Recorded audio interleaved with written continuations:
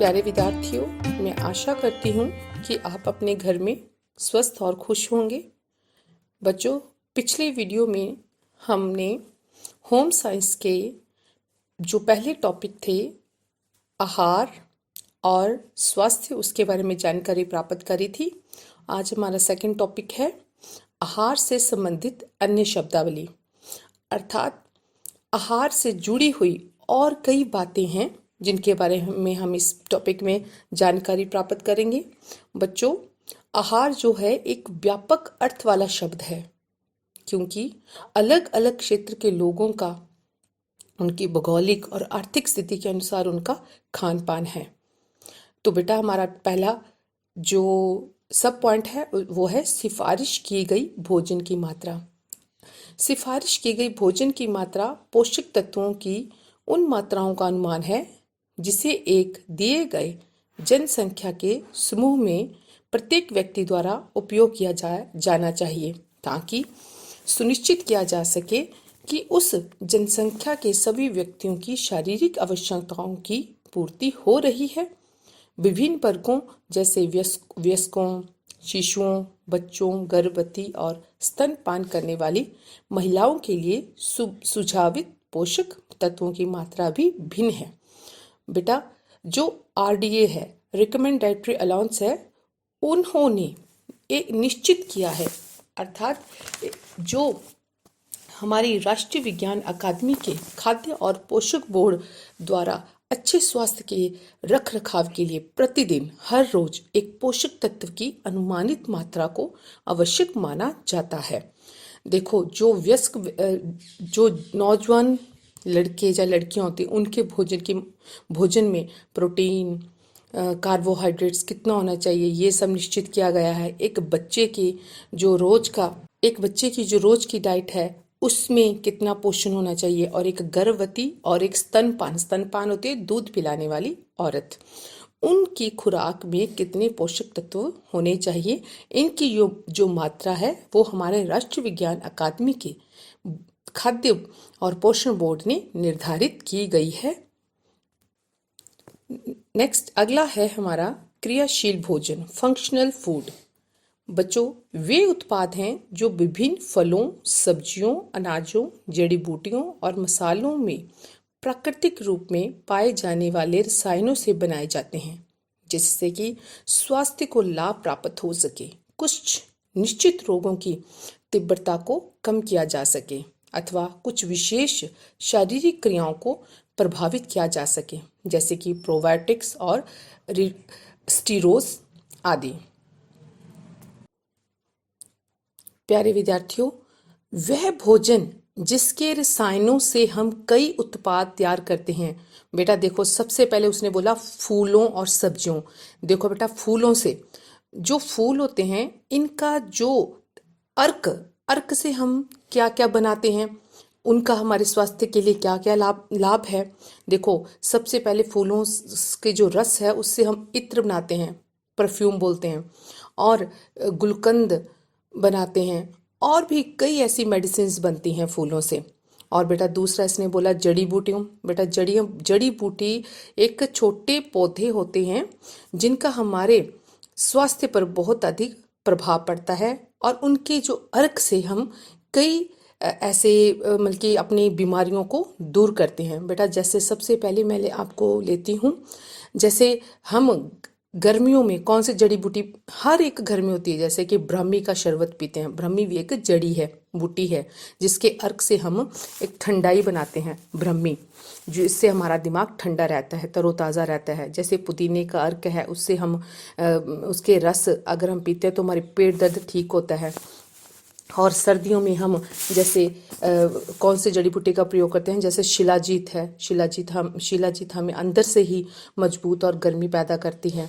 और बेटा इसने बोला मिर्च मसालों का अर्क। बेटा, हम इंडिया में इतने कई मसाले मिलते हैं जिनसे हम कई अपनी आयुर्वेदिक दवाइयों में जिनका प्रयोग करते हैं, जैसे इलायची, लौंग।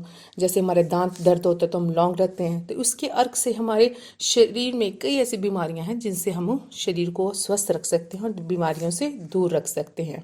और बेटा इसी में हमने एक और शब्द का यूज़ किया, प्रोबायोटिक्स। अब प्रोबायोटिक्स क्या होते हैं, स्टीरोल्स क्या होते हैं। बच्चों अब है कि प्रोबायोटिक्स क्या होते हैं। बेटा प्रोबायोटिक्स एक सूक्ष्म जीव होते हैं जो गुड बैक्टीरिया जिन्हें हम कहते हैं, जो हमारी आंत में रहते हैं और पाचन में सुधार करते हैं। जैसे कि हम प्रोबायोटिक्स में हम क्या क्या खाते हैं, जैसे कि दही खाते हैं, पनीर खाते हैं, बल्कि दही से जैसे जब भी हम कोई भी जैसे भटूरे खाते हैं तो उसमें भी हम खमीर डालते हैं। तो ये सारे प्रोबायोटिक्स बड़े हमारे शरीर के लिए लाभदायक होते हैं। आगे उसने बोला स्टेरोल्स। स्टेरोल्स क्या होते हैं बेटा, कोलेस्ट्रोल होता है। कोलेस्ट्रोल ये प्लांट से भी हमें प्राप्त होता है और एनिमल से भी, पशुओं से भी।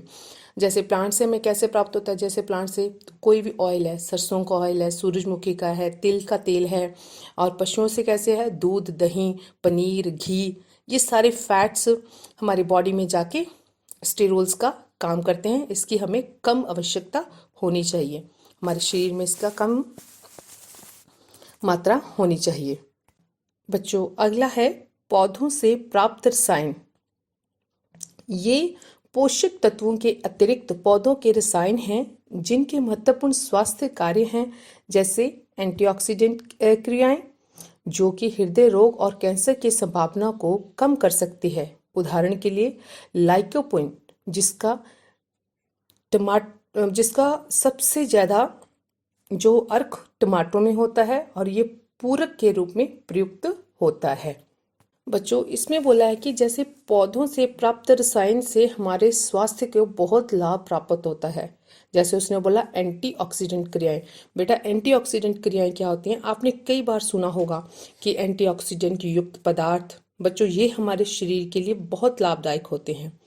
कई फलों, सब्जियों और अनाजों में पाया जाने वाला एंटीऑक्सीडेंट विटामिन, मिनरल्स और केमिकल्स का संयोग रूप है। ये सभी तत्व ऑक्सीडेशन से होने वाले नुकसान को निष्क्रिय करके हमारे शरीर को सुरक्षा प्रदान करते हैं। दूसरा बच्चों हमने इसमें दूसरा शब्द पढ़ा कि टमाटरों में सबसे ज़्यादा लाइकोपिन होता है। बेटा अब लाइकोपिन क्या है, लाइकोपिन एक लाल चमकदार कैरोटीन और फिटोकेमिकल है। बेटा इसमें एंटीऑक्सीडेंट सबसे ज़्यादा होता है। ये हमें कैंसर से बचाता है। लाइकोपिन ब्लड में सर्कुलेशन को सही करने में मदद करता है। इससे कैंसर का खतरा कम होता है और इसका सबसे बड़ा जो स्रोत है वो है टमाटर। बच्चों हमारा अगला टॉपिक है दवाइयों के तौर पर प्रयुक्त भोजन, न्यूट्रास्यूटिकल्स। बच्चों ये शब्द पोषण और औषधीय के मिश्रण से बना है। इसका अर्थ है खाद्य पदार्थों के अर्क को एहतियाती दवाइयों अथवा खाद्य पदार्थों के पूरक सप्लीमेंट के रूप में प्रयोग किया जाना। उदाहरण के लिए विटामिन डी भरपूर दूध। बच्चों वह भोजन जिन्हें हम दवाइयों के रूप में खाते हैं। बेटा यह एक खाने योग्य पदार्थ है जो बीमारी की रोकथाम एवं उपचार सहित स्वास्थ्य को लाभ प्रदान करता है, जिसे हम सप्लीमेंट कहते हैं। अब है सप्लीमेंट क्या होते हैं। हमारा शरीर सही से काम करे इसके लिए पोषण की ज़रूरत होती है। वही अगर हम सही पोषण की बात करें तो शरीर को फैट, प्रोटीन, विटामिन और पानी की बैलेंस डाइट की ज़रूरत होती है। कई बार शरीर को पोषक तत्व खासकर पूरे प्रोटीन नहीं मिलते। इसके लिए हमें आहार के साथ साथ सप्लीमेंट का सेवन करना बहुत ज़रूरी होता है। हमने कई सप्लीमेंट सुने होंगे जैसे कि omega 3 fatty acid, folic acid, probiotics, multivitamins और लाइकोपिन आदि। बच्चों नेक्स्ट हमारा टॉपिक है ऑक्सीकरण विरोधी तत्व, एंटीऑक्सीडेंट। बच्चों यह एक ऐसे तत्व हैं जो ऑक्सीजन के कारण होने वाली क्षति को कम करते हैं। जैसे क्रियाशील कणों के द्वारा होने वाली क्षति सामान्यतः एंटीऑक्सीडेंट में विटामिन सी, विटामिन ई और बीटा कैरोटीन शामिल हैं जो कि ऑक्सीकरण के कुप्रभावों को प्रभावित करने में समर्थ हैं। बच्चों, सबसे पहले हमारे माइंड में आ रहा है कि ऑक्सीकरण। बेटा, इसे आम भाषा में हम कहें कि सड़ने गलने या खराब होने को ऑक्सीकरण कहते हैं।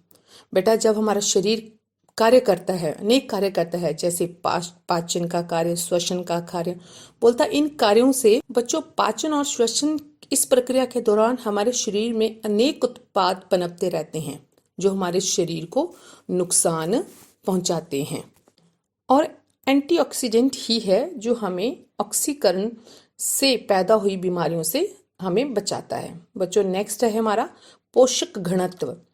ये एक खाद्य पदार्थ द्वारा उसकी कैलोरी की मात्रा के संदर्भ में एक अथवा अधिक पोषक तत्वों की पूर्ति की मात्रा है। उदाहरण के तौर पर यदि कोई व्यक्ति दाल, ब्रेड और दूध से उपलब्ध प्रोटीन अंशों की सम कैलोरी खाता है तो सबसे ज्यादा जो प्रोटीन है वो दाल में पाया जाता है।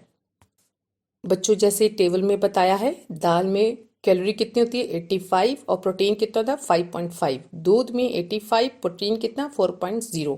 ब्रेड में 85 और प्रोटीन कितना 2.4। बच्चों, नेक्स्ट है बुजुर्गों की स्वास्थ्य सुरक्षा जरा चिकित्सा बेटा ये होती है कि जो हमारे वृद्ध लोग होते हैं उनके स्वास्थ्य की देखभाल, जब उनको कितना खाना, कितना प्रोटीन चाहिए उसका ध्यान रखता है। बच्चों, WHO ने 60 से 74 वर्ष तक के लोगों को एल्डर तथा 75 से ऊपर के लोगों को वृद्ध माना है। नेक्स्ट है स्वास्थ्य के लिए अच्छे जीवाणु, प्रोबायोटिक्स। बेटा, हम इसके बारे में पहले भी पढ़ चुके हैं कि गुड बैक्टीरिया जो हमारे सेहत के लिए बहुत लाभदायक होते हैं।